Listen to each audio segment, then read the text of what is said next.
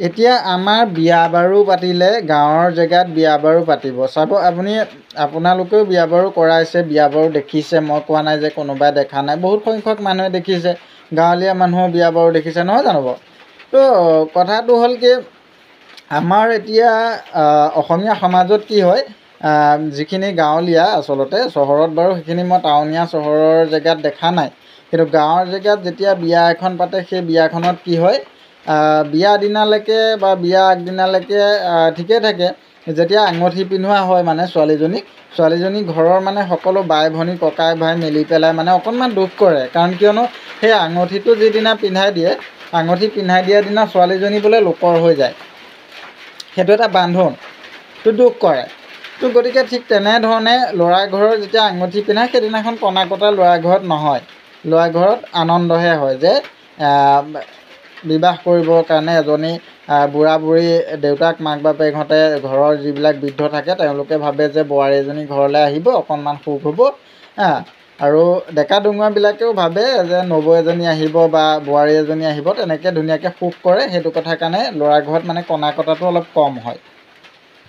তো কিন্তু ছোৱালী ঘৰত হয় ছোৱালী ঘৰত সেইকাৰণেই হয় তাৰমানে আঙুঠি পিন্ধাই দিয়া দিনাখন ছোৱালীজনী অলৰেডি লোকৰ হৈ যোৱা নিচিনা হৈ যায় এটা বান্ধোন হৈ যায় যেনেকৈ দলিনত চহী কৰে আৰু সেইটো মানে ফিক্স হৈ গ'ল ছোৱালীজনী দিব লাগিব আজিকালি বাৰু কাৰোবাৰ হয়তো আঙুঠি পিন্ধোৱাৰ পাছতো ভাগি গৈছে সেইটো ব্যক্তিগত বিষয় কাৰোবাৰ হয়তো ভিতৰুৱা কিবা নিজৰ কেৰেক্টাৰৰ বেকগ্ৰাউণ্ডৰ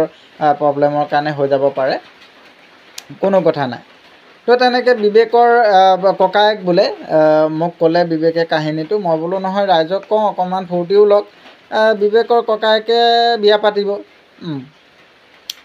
তাৰপিছতে বিয়া পাতিব আৰু চবেই ধুমধামেৰে গৈছে আঙুঠি চাঙুঠি পিন্ধালে ছোৱালী ঘৰত কনা কটা হ'ল আৰু আহি মেলি সেইখিনি আলোচনা হ'ল যে দুখো কৰিছে যথেষ্ট ছোৱালীজনী ঘৰৰ ছোৱালী দুজনী এজনী গুচি আহিব ইজনীও দুখ কৰিছে বাকী বাই ভনীবোৰ অকণমান কান্দিছে আৰু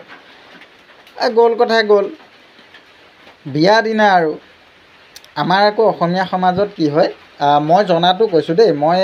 সমাজৰ ৰাজহুৱা কৰ্মৰ বিষয়ে মই বহুত বেছি নাজানো কিন্তু মই যিটো দেখিছোঁ বহুত ক্ষেত্ৰত দেখিছোঁ বহুখন বিয়াত দেখিছোঁ আজিকালিতো নাই বাৰু আজিকালি নাই মই মানে সৰুকালতো দেখিছোঁ তেনেকুৱা বুজি পোৱা অৱস্থালৈকে মানে দেখিছোঁ বিয়া হৈছে দৰাটোৱে যেতিয়া গা পা ধুৱায় যেতিয়া নোৱায় তেতিয়া মানে ঘৰৰ সকলোৱে অকণমান দুখ কৰে কান্দে মানে খুব কান্দে আচলতে কিয় কান্দে কন্দাটোৰ অৰ্থ এইটো হ'ল কাৰণ ছোৱালী এজনী যিহেতু লৈ আহিব সেই ছোৱালীজনী লৈ অহাৰ পিছত তাৰমানে ল'ৰাটো হয়তো ছোৱালীজনী ফলিয়াও হৈ যাব পাৰে ঘৰৰ বাই ভনীক মৰম চেনেহ নিদিব পাৰে ককাই ভাই হিচাপে নাভাবিব পাৰে মাক দেউতাকক মাক দেউতাক হিচাপে নাভাবিব পাৰে গালি গালাজ কৰিব পাৰে হাই কাজিয়া হ'ব পাৰে তেনেকুৱাকৈ মানে দুখ কৰে আৰু যে আজি তাৰিখৰ পৰা লোকৰ বুকুত চঞ্জাই দিলোঁ আৰু ল'ৰাটো তেনেকৈ বোৱাৰীৰ বুকুত চঞ্জাই দিলোঁ তেনেকৈ বুলি কান্দে এইফালে ল'ৰাই গা পা ধুই আৰু দৰা সজাই আছে আৰু মাকে বাপেকে আৰু গোটেই ঘৰৰ ককাই ভাইবোৰে কান্দিছে আৰু হুহুকৈ বিবেকৰ ককায়েক মানে কাহিনীটো চাব কান্দি আছে আৰু এতিয়া কথাটো শুনি বিচুতি এইফালৰ পৰা বিবেকৰ ককায়েকে কৈছে সেইটো অতদিনৰ মূৰত ছোৱালীজনী ভাল পাই থাকিলেও 5-6 বছৰৰ মূৰত আজি আকৌ মই আনিমগৈ বুলি পেলাই মইহে জানিছোঁ মোৰ মুডটো সলনি হৈ গৈছে ফূৰ্তিতে তেনেই ক'ব নোৱাৰা হৈ আছিলোঁ এইসোপা বোলে কান্দি কাটি গোটেই মুদেই সলনি কৰি পেলালে হেৰৌ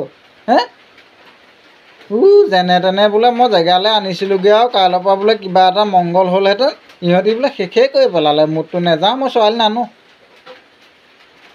তাৰপিছত এই এটা সোপাই বুজাই বৰাই যেনিবা ছোৱালীজনী বোলে অনাইছেগৈ বুজিছেনে সেই কাৰোবাৰ সেইবিলাক কি কৰিব মানে এইবোৰ ল'ৰা মানুহ বুজি নাপায় আজিকালি ল'ৰাই সেইবোৰ বুজি নাপায় যে দুখ কৰিছে কেলেনো কৰিছে কি কথা সেইবিলাকেই কাৰোবাৰ এতিয়া আপোনালোকৰ কোনেও তেনেকুৱা নকৰিব মানে বেয়া হয় দিয়কচোন কথাটো নহয় জানো